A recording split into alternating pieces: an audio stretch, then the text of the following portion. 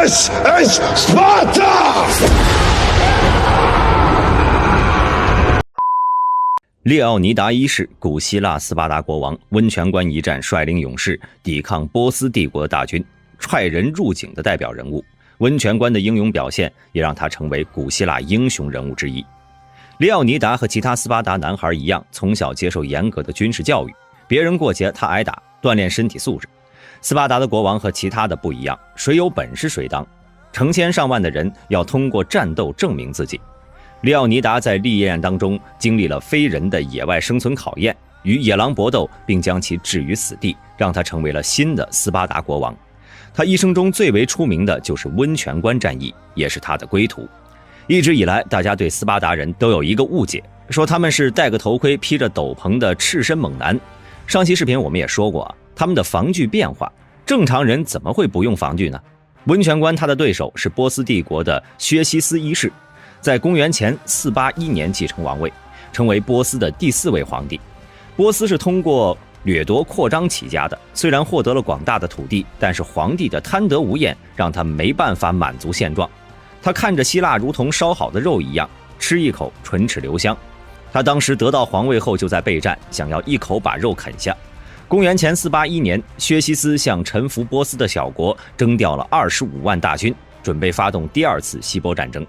次年正式出兵，陆军10万加战舰1000艘，出兵攻打希腊。希腊面对凶猛异常的波斯军队，表现出来了前所未有的团结。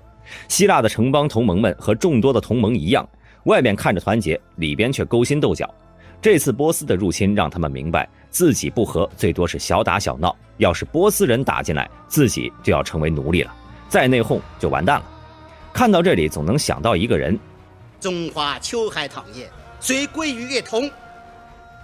本党本军所到之处，民众竭诚欢迎。这就不多说了。希腊的30个城邦在伯罗奔尼撒半岛的克林斯基结成反波斯同盟，同仇敌忾。列奥尼达被推举为陆军统帅，海军统帅也是斯巴达人。陆军以凶猛的斯巴达人为主，海军以雅典军队为主。虽然全是希腊的人相加，但是比起波斯来说还是势单力薄。温泉关位于希腊东部爱琴海沿岸，背山靠海，地势险要，一夫当关，万夫莫开。名字来源是当地的热流泉。双方兵力据史料记载，波斯军队说是有500万人，实际上就应该只有50万人。现在再一查，就只剩20几万人了。而希腊联军缝缝补补也只有7000人。作为主角的300勇士，其他还有900斯巴达人，一些是一般的斯巴达战士，同样也是以一当十的存在。还有一些是斯巴达的奴隶，剩下的就是其他一些城邦的军队了。波斯方面比起希腊方面则更是五花八门了，比如身上都是红白颜色的埃塞俄比亚人，头盔上有牛耳朵，带着皮盾和短矛的高加索各族的士兵，还有穿着长袍的印度人。在公元前480年春天，波斯军队海陆两头并进，7月左右杀到了温泉谷。他们在距离温泉关不远的平原扎营。薛西斯先是展开心理战，他派人给列奥尼达捎信，于是便出现了历史狠人名场面。薛西斯说，波斯军队多得数不清，射出去的箭矢都能遮云蔽日。列奥尼达嘲笑说，那太好了，我们可以在阴凉地儿杀个痛快。波斯并没有在第2天发起进攻，他们准备等等海军。在这期间，他们的侦察兵看到了斯巴达军队，在国王列奥尼达的指挥下，正赤身裸体的在太阳下操练起来。对于斯巴达人来说，战争并不是一件紧张的事情，他们自出生之时就已经开始备战了，为战而生，至死方休。过了2天后，薛西斯的侦察兵回报说，希腊方面的斯巴达人把武器堆在一旁，有些人在梳头，有些人在做操，看着没在为打仗做准备。薛西斯军中的前任斯巴达国王德马拉托斯告诉他，这是斯巴达人的传统，战前梳头便意味着以死相搏。此时的薛西斯在纳闷，这些希腊人为什么还不投降？他们是被我们波斯的气势吓傻了吗？于是在大战之前，薛西斯再次向列奥尼达捎去书信，告诉他，如果他愿意投降的话，他可以让列奥尼达成为全希腊的王。列奥尼达回答他，如果你知道生命中什么最宝贵，你就不会觊觎别人的东西。对我来说，为希腊光荣的战死，要比成为希腊的首领更重要。愤怒的薛西斯发出了最后通牒，利奥尼达回答他：想要那就来拿吧。4天之后，薛西斯下令进攻，双方的主要战场在一个狭小的山道，这也是希腊军队能够和波斯军队扳扳手腕的主要原因。要是大平原展开，斯巴达人再猛也挡不住数十万的波斯军队。利奥尼达如往常一样，因为希腊人是左盾右枪，方阵最右边的士兵是没有盾牌保护的，他把最精锐的战士集中在方阵右翼，让熟悉温泉关地形的佛西斯人守卫重要的牧羊古道。如果这里失守，波斯人可以通过牧羊古道包围整个温泉关。除了正面的战场，这里是对温泉关最重要的地方。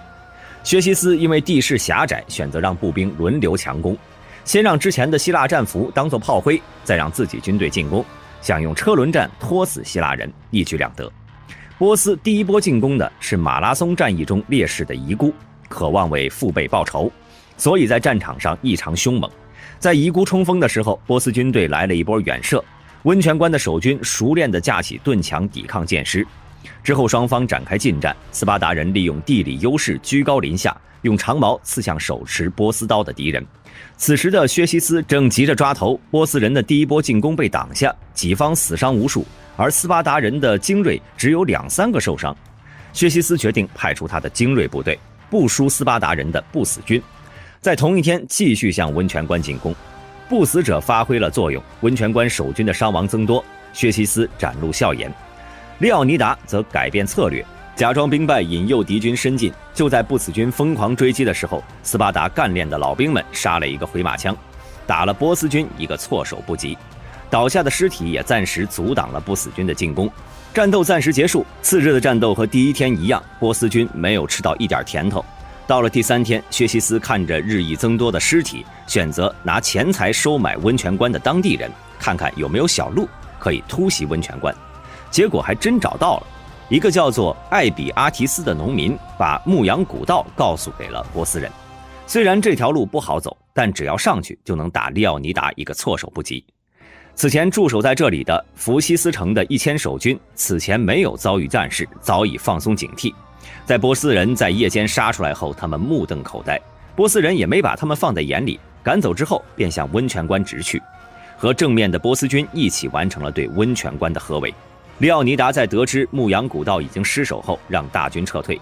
他率领300斯巴达士兵，将军迪莫费鲁斯、900希洛人和700塞斯比掩护大部队撤退，把和波斯一直眉来眼去的底比斯城战士扣留，防止他们半路投敌。最后的这2000人在吃过早饭后，开始走向光荣的战场。他们明白自己的任务，不再畏手畏脚，主动出城迎战，用自己平生所学所练，尽可能的多诛杀敌人，保证大军撤离。在战场上，希腊人的方阵如同铁锤一般砸向波斯军的防线上。面对视死如归的希腊人，无论波斯军官手中的鞭子如何驱使士兵，都无人再向前，只能被动等死。不少人被希腊方阵逼到海中溺死。希腊方阵在尽可能的拖住波斯人，长矛用完后，冲出方阵拿短剑继续砍杀。波斯人的不死军到达之后，在前排指挥的利奥尼达正在下令重整军阵，突然一支冷箭正中利奥尼达的咽喉。希腊人一般保护国王的尸体，以便继续作战，战到最后一个人。在温泉关被攻下，薛西斯的2个兄弟也在这里殒命。薛西斯将利奥尼达首级割下，把身体钉在十字架上，这是波斯人的残忍传统，也是他们对英勇战死敌人的尊敬。在波斯人离开后，希腊人把战死英雄的尸体重新安葬，并且建造了一座雄狮来纪念利奥尼达。那么大家对这件事情有什么看法呢？欢迎在下面的评论区留言。好了，今天的视频就到这里，想了解更多记得点个关注，下期视频我们不见不散。